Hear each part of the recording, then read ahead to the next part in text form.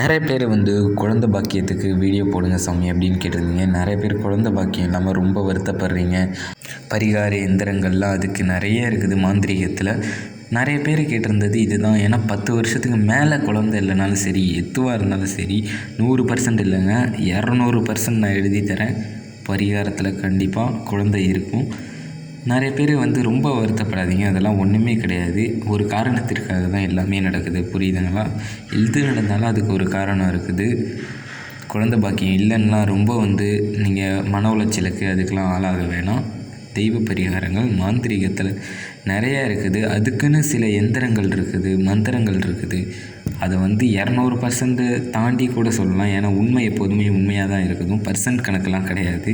ஏன்னா இது பரிகாரன்றதை தாண்டி ஒரு தெய்வீக சக்தி கண்டிப்பாக நடக்கும். குழந்தை பாக்கியம் இல்லாதவங்க கான்டாக்ட் பண்ணுங்கள், பரிகாரத்தை பண்ணிடலாம்.